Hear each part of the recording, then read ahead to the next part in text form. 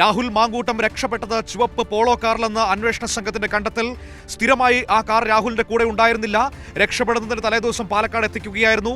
Personal staff അംഗങ്ങളെ ചോദ്യം ചെയ്തതിൽ നിന്നാണ് നിർണായകമായ വിവരങ്ങൾ ലഭിച്ചത്. ഈ കാർ ആരുടേതാണ് അറിയില്ല എന്നാണ് സ്റ്റാഫ് അംഗങ്ങളുടെ മൊഴി. കാർ സഞ്ചരിച്ച വഴികൾ കേന്ദ്രീകരിച്ച് അന്വേഷണം നടക്കുന്നു. ഒപ്പം തന്നെ മറ്റൊരു പ്രധാനപ്പെട്ട കാര്യം, രാഹുൽ മാങ്കൂട്ടം തിരുവനന്തപുരത്ത് വന്നുപോയി എന്ന തരത്തിലുള്ള വിവരങ്ങളൊക്കെ വന്നിരുന്നു. പക്ഷേ മാങ്കൂട്ടം തിരുവനന്തപുരത്ത് എത്തിയിട്ടില്ല. അതിന് പകരം മാങ്കൂട്ടത്തിന്റെ വാഹനമാണ് തിരുവനന്തപുരത്ത് എത്തിച്ചത്. അത് പോലീസിനെ തെറ്റിദ്ധരിപ്പിക്കാനാണ് എന്ന വിവരങ്ങളും ഇപ്പോൾ പുറത്തേക്ക് വരികയാണ്.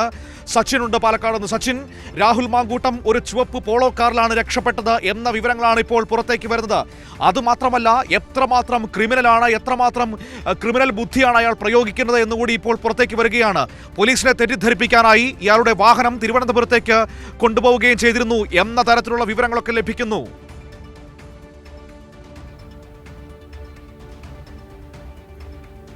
വലിയ നിഗൂഢമായ നീക്കങ്ങളാണ് രാഹുൽ മാങ്കൂട്ടത്തിൻ്റെ ഭാഗത്തു നിന്നും ഉണ്ടായിട്ടുള്ളത് എന്ന് തന്നെയാണ് അന്വേഷണ സംഘം കണ്ടെത്തിയിട്ടുള്ളത്. അത് പ്രധാനമായും പാലക്കാട് നിന്നും രാഹുൽ മാങ്കൂട്ടത്തിൽ അവസാനമായി രക്ഷപ്പെട്ടത് ഔദ്യോഗിക വാഹനം ഫ്ലാറ്റിൽ വെച്ചതിന് ശേഷം മറ്റൊരു കാറിലാണ്. എന്നാൽ ഔദ്യോഗിക വാഹനം ഫ്ലാറ്റിൽ എത്തിയപ്പോൾ രാഹുൽ മാങ്കൂട്ടത്തിൻ്റെ ദൃശ്യങ്ങളടക്കം അവിടെ നിന്നും ഡിലീറ്റ് ചെയ്തിട്ടുണ്ട്. അതിനാൽ തന്നെ അത്തരത്തിൽ കൃത്യമായ അന്വേഷണം SIT സംഘത്തിൻ്റെ നേതൃത്വത്തിൽ ഇപ്പോൾ പുരോഗമിച്ചുകൊണ്ടിരിക്കുകയാണ്. നിർണായകമായ കണ്ടെത്തലുകൾ നടത്തിയിട്ടുള്ളത്. അതിൽ പ്രധാനമായും രാഹുൽ മാങ്കൂട്ടത്തിൽ പാലക്കാട് നിന്നും രക്ഷപ്പെട്ടത് ചുവപ്പ് പോളോ കാറിലാണ് എന്നാണ് കണ്ടെത്തിയിരിക്കുന്നത്.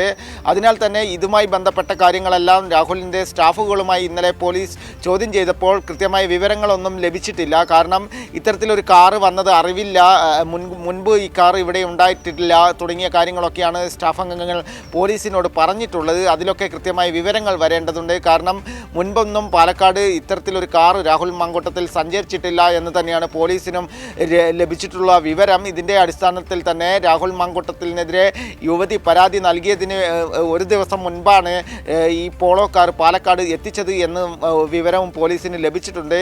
ഇത് കൂടാതെ തന്നെ കഴിഞ്ഞ ദിവസം മാധ്യമങ്ങളിലടക്കം വലിയ രീതിയിലുള്ള ഒരു വാർത്ത പരന്നിരുന്നു.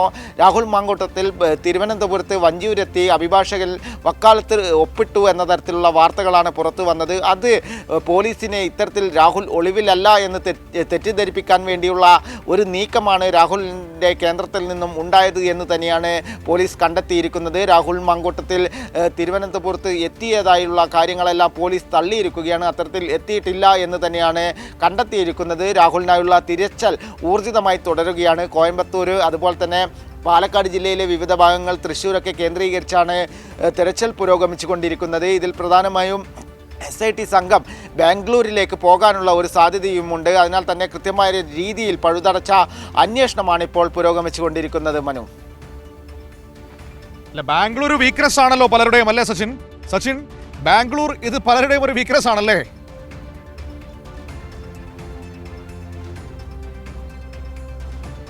തീർച്ചയായും അത് തന്നെയാണ്. കാരണം SIT സംഘം ബാംഗ്ലൂരിലേക്ക് പോകാനുള്ള ഒരു സാധ്യതയുണ്ട്. പ്രധാനമായും രാഹുൽ മാങ്കൂട്ടത്തിലുമായി ബന്ധപ്പെട്ടുകൊണ്ട് ബാംഗ്ലൂർ കേന്ദ്രീകരിച്ചാണ് കൂടുതൽ അനാശാസ്യ പ്രവർത്തനങ്ങളെല്ലാം നടന്നിട്ടുള്ളത് എന്ന് അന്വേഷണ സംഘവും നേരത്തെ കണ്ടെത്തിയിരുന്നു. ഇതിൻ്റെ അടിസ്ഥാനത്തിൽ തന്നെയാണ് ബാംഗ്ലൂരിലേക്ക് പോകാനുള്ള ഒരു സാധ്യതയുള്ളത്. കാരണം ആദ്യഘട്ടത്തിൽ 3 മാസം മുൻപ് പരാതി, അതായത് തേർഡ് പാർട്ടി പരാതി ലഭിച്ചപ്പോൾ അതിലൊക്കെ ഉണ്ടായിരുന്ന പ്രധാന തെളിവുകളും അതേപോലെ തന്നെ മറ്റു ശേഖരിക്കാൻ വേണ്ടിയൊക്കെ പരാതിയുടെ അടിസ്ഥാനത്തിൽ അന്ന് അന്വേഷണ സംഘം ബാംഗ്ലൂരിലേക്ക് പോയിരുന്നു. ബാംഗ്ലൂരിലെ ആശുപത്രികൾ കേന്ദ്രീകരിച്ചുകൊണ്ടാണ് രാഹുൽ മാങ്കൂട്ടത്തിൽ ഇത്തരത്തിൽ യുവതികളെ ഗർഭചിത്രത്തിന് നിർബന്ധിച്ചത്. അവിടെ വെച്ചാണ് ഗർഭചിത്രം ചെയ്തത് തുടങ്ങിയ കാര്യങ്ങളെല്ലാം അന്ന് ചില പരാതികളിലൊക്കെ ഉയർന്നു വന്നിരുന്നു. ഈ സാഹചര്യത്തിലെല്ലാം കൂടിയാണ് അന്വേഷണ സംഘം പാലക്കാട് നിന്നും ചിലപ്പോൾ ബാംഗ്ലൂരിലേക്ക് പോകാനുള്ള ഒരു സാധ്യതയും ഉള്ളത്. രാഹുലിനെ കണ്ടെത്താനുള്ള അന്വേഷണം ഊർജിതമായി തുടരുന്നതിനിടയിൽ തന്നെയാണ് ഇത്തരത്തിൽ അന്വേഷണ സംഘത്തിൻ്റെ തെളിവുകൾ ശേഖരിക്കാനുള്ള കൃത്യമായ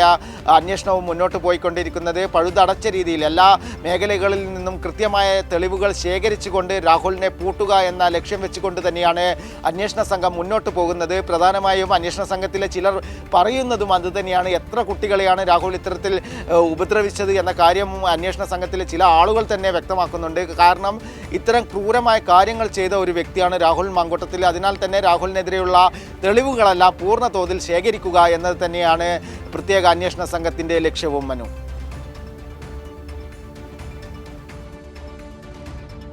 ഓക്കെ, താങ്ക് യു സച്ചിൻ. അപ്പോൾ ഒരു കാര്യം ചെയ്യുക, സച്ചിൻ പാലക്കാട് ടൗണിൽ തിരഞ്ഞോളൂ. ഇവിടെ മലനിരകളിൽ, അട്ടപ്പാടി മലനിരകളിൽ ഞാനും തിരയാം.